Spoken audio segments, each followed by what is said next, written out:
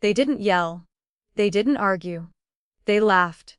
That's how my father responded when I invited my family to the most important night of my career. He laughed and called me just a lowly teacher.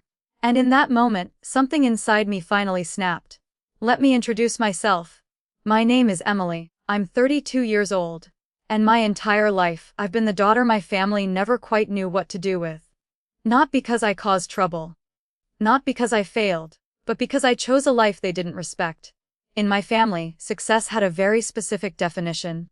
Money, status, titles people recognized at dinner parties. My father built his identity around numbers. My mother followed his lead. And my sister, Victoria, she fit their vision perfectly. Sharp, ambitious, climbing the legal ladder like she was born in heels. Then there was me, the teacher. The one they described as sweet, kind, and eventually, disappointing. That afternoon, the sun was dipping low behind Jefferson Middle School when I erased the last whiteboard in room 214. That room had been my second home for 8 years. The walls were covered in handwritten thank you notes from students, crooked letters, misspelled words, crayon drawings from kids who'd never written a letter before, and somehow decided to write one to me. I packed my bag slowly, tired but content. Then my phone buzzed. Mom. Emily, honey, just wanted to let you know Victoria won her big pharmaceutical case today. I smiled, genuinely happy. That's amazing, I said. Tell her congratulations. We're doing a big family dinner this weekend. She continued, excitement spilling through the phone. Your father's already called everyone. I waited. There was always a pause. The moment where I wondered if she'd ask about me. She didn't. Oh, sweetie, I need to call Victoria back. She's waiting. Click. On my desk sat a thick, unopened envelope. Cream-colored, heavy paper. Official seal. I'd carried it in my bag for 2 days, scared to open it. Scared of hoping. United States Department of Education. My fingers trembled as I slid it open. Inside was an invitation that most teachers never receive. I was one of 4 finalists for National Teacher of the Year. Washington, D.C. Secretary of Education. National broadcast. I sat down hard in my chair. Someone powerful, believed in me enough to put my name forward for the highest honor in American education. And suddenly, I thought, maybe this time they'll care. This wasn't the first time I'd been overlooked. At my master's graduation, my parents showed up 2 hours late then left early. On my 30th birthday, no one called. 3 days later, my mom texted, "Was your birthday last week? Time flies." Every Christmas Victoria's achievements got champagne. Mine got polite nods. But this wasn't just my success. This was undeniable. Government letterhead. National recognition. History making. They couldn't ignore this, could they? I stared at my phone, rewriting the message over and over. Too long sounded desperate. Too short sounded apologetic. Finally, I type, "Hi everyone. I've been selected as a finalist for National Teacher of the Year. The ceremony is October 15th in Washington, D.C. It would really mean a lot if you could be there. I've attached the official invitation. Love, Emily." My thumb hovered over send. I hesitated, then I pressed it. Minutes passed, then hours. By midnight, the message showed read. No replies. I fell asleep with my phone on my pillow. At 7:42 a.m., my phone buzzed. My heart jumped. My father was typing. The dots disappeared, then reappeared. Then his message came through. 11 words. Just a lowly teacher's award. I'm not flying for that nonsense. I stared at the screen. Before I could breathe, Victoria replied. Sorry, Mark and I have dinner plans. Can't cancel. You understand. And then, my mother didn't write a word.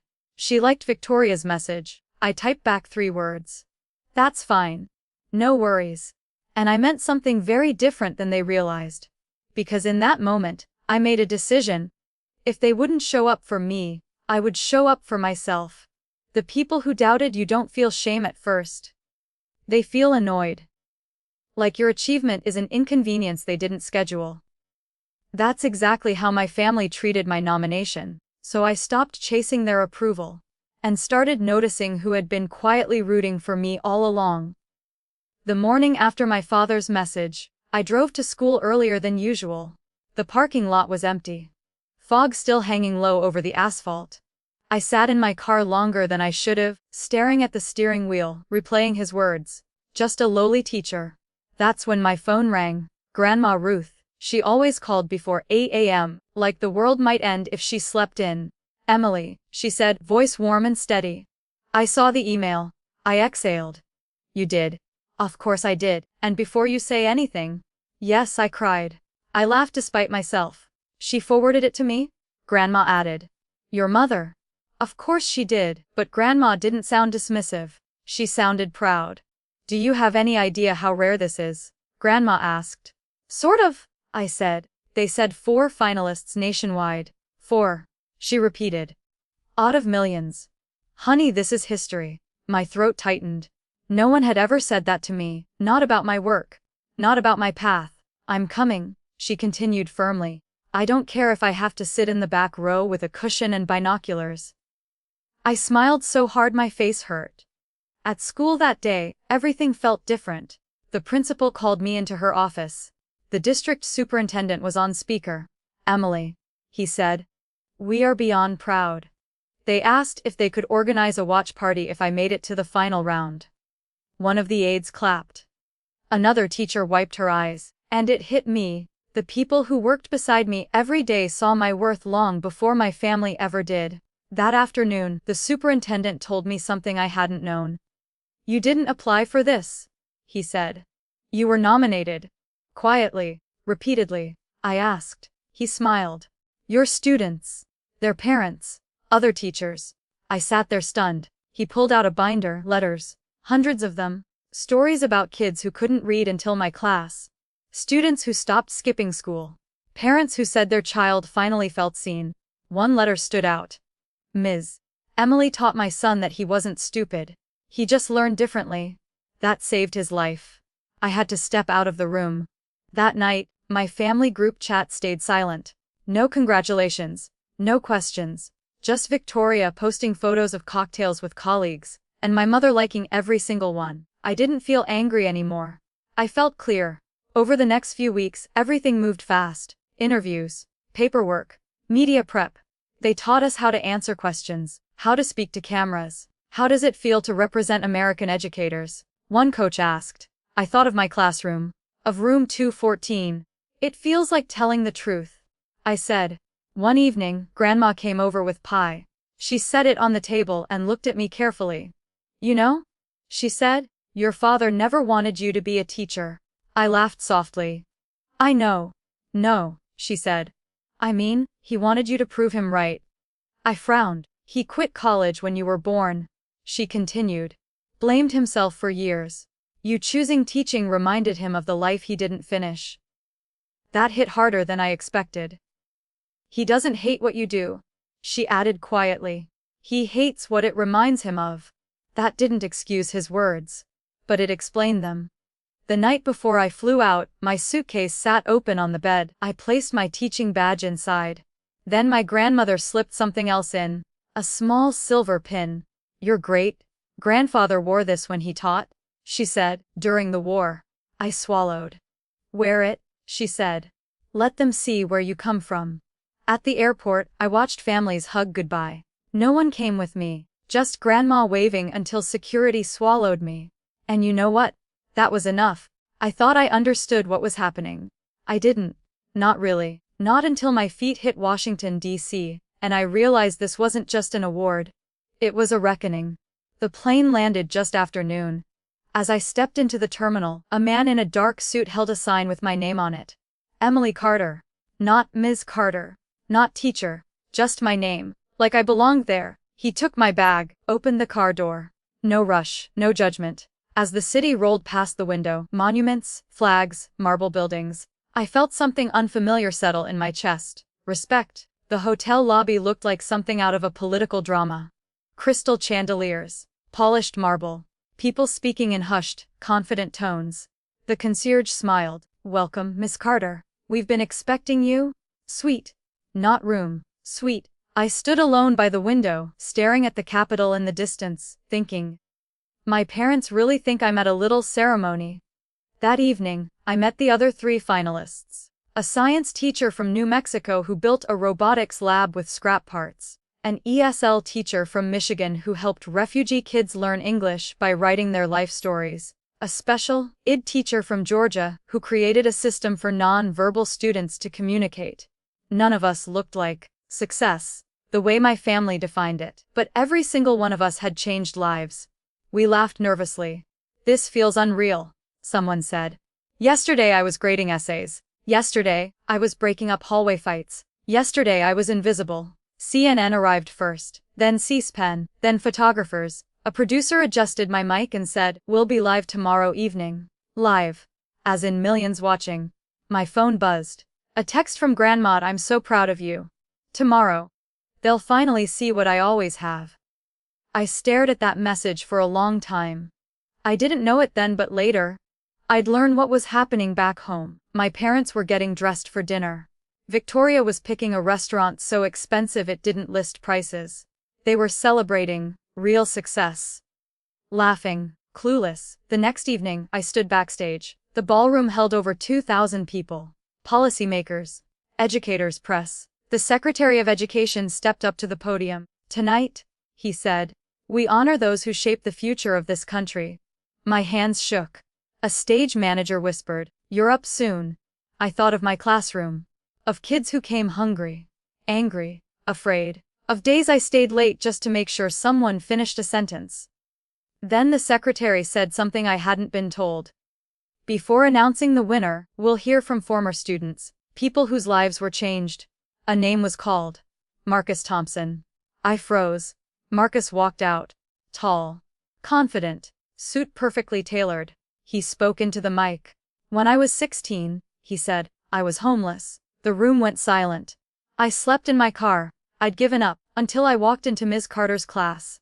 My throat closed. She noticed things. Hunger, fear, potential. She never made me feel small. Tears blurred my vision. I'm a resident physician today because of her. The audience stood. I couldn't breathe. The secretary opened the envelope. Time slowed. The National Teacher of the Year is a pause so heavy it felt physical. Emily Carter. The room exploded. Applause. Standing ovation. Someone nudged me forward. "Go," they whispered. As I walked to the stage, cameras flashing, I thought of my father's text. Just a lowly teacher. I shook hands with the Secretary of Education, held a crystal trophy, and somewhere, in a restaurant miles away, my family's phones were lighting up. CNN's banner read, "Burie Kinge, Philadelphia teacher wins national honor." My face filled the screen. And for the first time in my life, they had no way to minimize it. While I stood on a stage in Washington, lights blinding, applause roaring, my family was sitting in a candlelit restaurant, laughing. They had no idea the ground under them was about to drop out. The restaurant was loud with clinking glasses and soft jazz. Victoria sat at the center of the table, glowing. "To Victoria," my father said proudly, lifting his wine, "youngest partner in firm history." Glasses clinked. My mother smiled so wide it hurt. "This," she said, "is what success looks like." Mark shifted in his seat but said nothing. And then Victoria laughed. "Speaking of success," she said, smirking, "isn't Emily doing her little teacher thing tonight?" My mother glanced at her watch. "I think so." She said it was some ceremony. Dad waved his hand dismissively, "Probably in a hotel ballroom somewhere. Certificates and polite clapping." They laughed. My father reached for his phone out of habit. Stocks news. Control. A CNN alert sat at the top of the screen. Brocky dollars. He almost scrolled past it. Then he saw the photo. A woman on stage, holding a crystal trophy, shaking hands with a man he recognized instantly. "The Secretary of Education?" he whispered. My mother leaned in. Victoria grabbed the phone. "No," she said sharply. "That can't be." The camera zoomed in. My face. My name on the screen. Emily Carter, National Teacher of the Year. The table went dead quiet. Victoria's wine glass tipped over. Red spilled across the white tablecloth like a warning. That's national." My mother whispered. Dad couldn't speak. Mark leaned in, voice low. "This is live," he said. "Everyone is watching." A woman from the next table leaned over. "Excuse me," she said gently. "Are you Emily Carter's parents?" My mother forced a smile. "Yes, we are." The woman beamed. "She's incredible. Why aren't you there?" No one answered. The woman's smile faded. "Oh," she said softly, "I see." And she turned away. Victoria grabbed her phone, fingers flying. "So proud of my sister," she posted. "Wish we could be there." The comments came fast. "Why weren't you? That's your sister. Teachers change lives." Then, a reply. From someone Victoria hadn't noticed at lunch. "Funny, earlier today you called this just a teacher thing. I was there." Screenshots followed. The post exploded. Victoria deleted it. Too late. Back in Washington, I stepped to the mic. I ignored the prepared speech. "Growing up," I said, "I was told teaching wasn't a real career." The room shifted. "I was told success meant money and titles." I paused. "But success is measured in lives changed." I looked straight into the main camera, and to anyone who's ever been made to feel small for doing meaningful work, this moment is for you. The standing ovation shook the room. Back at the restaurant, my father's phone buzzed nonstop. "Friends, colleagues, neighbors. Why aren't you in DC? Just saw your daughter on TV."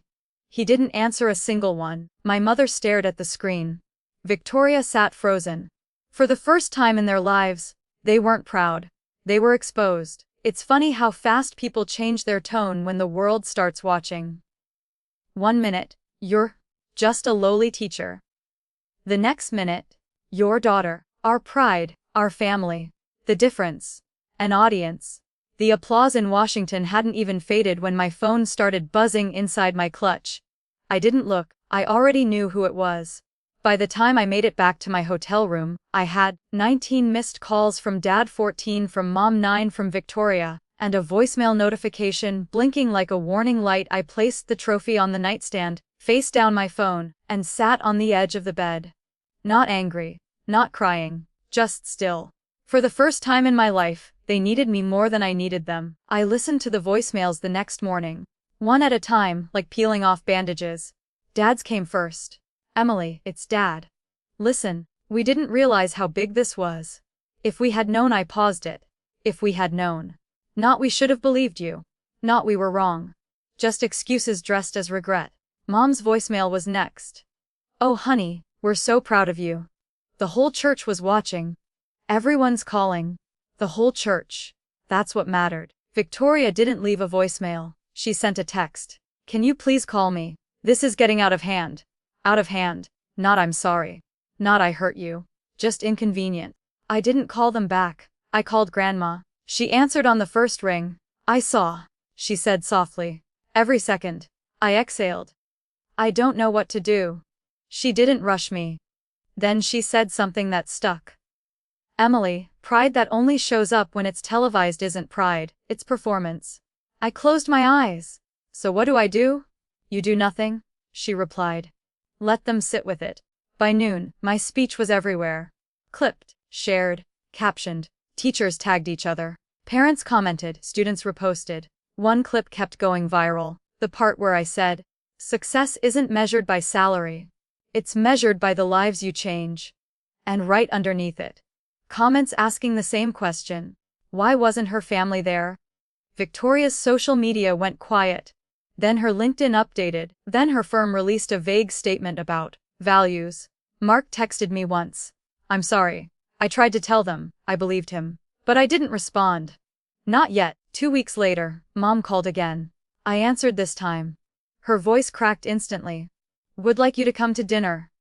Just us, please." I stared at the wall. "Why?" I asked. A pause.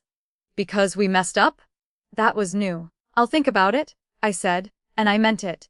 For days, I wrestled with it. Part of me wanted to go. Finally hear the apology I'd waited for my whole life. Another part of me remembered the texts. The laughter. The dismissal. And I realized something painful but freeing: closure doesn't require participation. In the end, I agreed. Not for them. For me. Not to fix anything. To finish something. I didn't dress up. That was intentional. No blazer, no trophy, no performance. Just me. Because this wasn't about impressing anyone. It was about being heard. My parents' house looked exactly the same. Same porch light. Same welcome mat. Same unspoken rules. But I wasn't the same person walking through the door. Mom hugged me like she was afraid I'd disappear. Dad stood stiff, hands in his pockets. Victoria arrived late. Of course she did. Dinner started with polite nonsense. How was the flight? DC traffic is terrible, I hear. Do you want more potatoes? No one mentioned the elephant in the room, so I did. I set my fork down. Dad, I said calmly, do you remember what you texted me? The table went silent. He shifted. I was joking, he muttered. I nodded. Then why did it hurt so much? He didn't answer. I spent years believing I wasn't enough. I continued, not because I failed, but because you never saw what I did as real. Mom's eyes filled. That wasn't our intention, she whispered. But it was the impact, I said. And impact matters more. Victoria rolled her eyes. Are we really doing this? She said. Can't we just move on? I looked at her. You already did? I replied. Years ago? Why? I asked quietly. Did it take national television for you to be proud of me? Silence. Dad stared at his plate. Mom wiped her eyes. Victoria checked her phone. That told me everything. I'm not here for apologies, I said. I'm not here for praise. They looked up. I'm here to tell you I won't shrink myself anymore to make you comfortable. My hands were steady. My voice didn't shake. I love you, I said. But from now on, access to my life comes with respect. Dad finally looked at me. You think we don't respect you? I know you didn't. I said gently. I'm giving you a chance to start. Mom broke first. I'm sorry, she said, voice raw. Not for missing the ceremony. For missing you. That one landed. Dad swallowed. I should have gone, he said. I should have believed. I nodded. I know. Victoria said nothing. I didn't argue. Didn't push. Didn't chase a perfect ending. I stood. Thank you for dinner, I said. I'm leaving now. Mom reached for my hand. Will you come back? I paused. If things change, I said. Yes. And I meant it. Here's something nobody tells you about big moments. They don't change your life overnight. They just expose what was already broken, and give you the chance to rebuild it differently. That's what happened after the award. The Monday after the ceremony, I was back in room 214, same scuffed desks, same flickering projector, same bell schedule that never waits for anyone. But the kids, they were vibrating. One of them had printed out a blurry screenshot of me on TV. Miss, is this you? Another yelled. My mom cried watching you. Someone else asked, dead serious. So are you famous now? I laughed. No, I said. I'm still your teacher. Sit down. But inside, something had shifted. The staff treated me differently too. Not like I was better. Like I was seen. The principal asked for my input. The district invited me to speak. Teachers I barely knew stopped me in the hall just to say, thank you. And for the first time, I didn't downplay it. I didn't say it was nothing. I said, thank you. 2 weeks later, Dad called. Not a long speech, not emotional, just honest. I was wrong, he said. I didn't understand your work. I do now. I closed my eyes. That means something, I replied. But it doesn't erase everything. I know, he said. I'm not asking it to. That was new. Victoria stayed distant. Occasional texts. Surface level praise. I stopped chasing depth where none existed. And weirdly, that felt like peace. The award brought opportunities. Speaking events, policy meetings, a platform. But the real gift wasn't any of that. It was permission. Permission to stop explaining myself. Permission to stop proving my worth. Permission to stop hoping they'd finally get it. One afternoon, a reporter asked me, how does it feel to finally make your family proud? I smiled. I've always been proud of my work, I said. Now I'm proud of myself too. That clip didn't go viral. But it mattered more. I teach differently now. Not harder. Not louder. Clearer. When a student says, I'm not good enough, I stop everything. I look them in the eye and say, who told you that? Because I know what it does when that voice lives too long in your head. I don't beg for seats at tables that don't value me. I don't explain why my work matters. I don't apologize for choosing meaning over money. That chapter is closed. Some nights, I sit alone in my apartment. No cameras, no speeches. Just lesson plans and tea and silence. And I feel something I chased for years without realizing it. Content. People think the story ends when you win something. A trophy, a title, A moment on TV. It doesn't. That's just the noise. The real ending is quieter. And harder to explain. The Crystal Award sits on a bookshelf in my living room now. Most days, I don't notice it. What I notice are the notes taped beside it. Handwritten, messy. From students. Thank you for not giving up on me. You believed in me when no one else did. I didn't think I'd graduate until you said I could. Those are the real headlines. My relationship with my parents didn't magically heal. It evolved. We talk. We're polite. We're careful. They show up more now. Not perfectly, but intentionally. And I let them. Not because I need their approval, but because they finally learned it doesn't define me. I spent years waiting for permission to feel successful, from my parents, from society, from a system that values money over meaning. I wish someone had told me this sooner. If your work helps people breathe easier, think bigger, or believe longer, you've already won. At the end of every year, I write one sentence on the board: don't chase applause. Chase impact. And I watch it sink in, because applause fades. Impact doesn't. Somewhere, someone watching this feels invisible, undervalued, unimpressive, like their effort doesn't count because it doesn't come with a paycheck big enough to brag about. This story is for them. The night I was on national TV, my parents finally saw me. But the night that mattered most was the night I realized I didn't need them to. Success isn't what makes people clap. It's what makes you sleep at night. It's the work you do even if no one was watching. It's choosing purpose. Again and again. Even when the world calls it lowly. So if you're out there doing work that matters, even when no one's cheering, keep going. One day, the world might notice. But even if it doesn't, you were never small.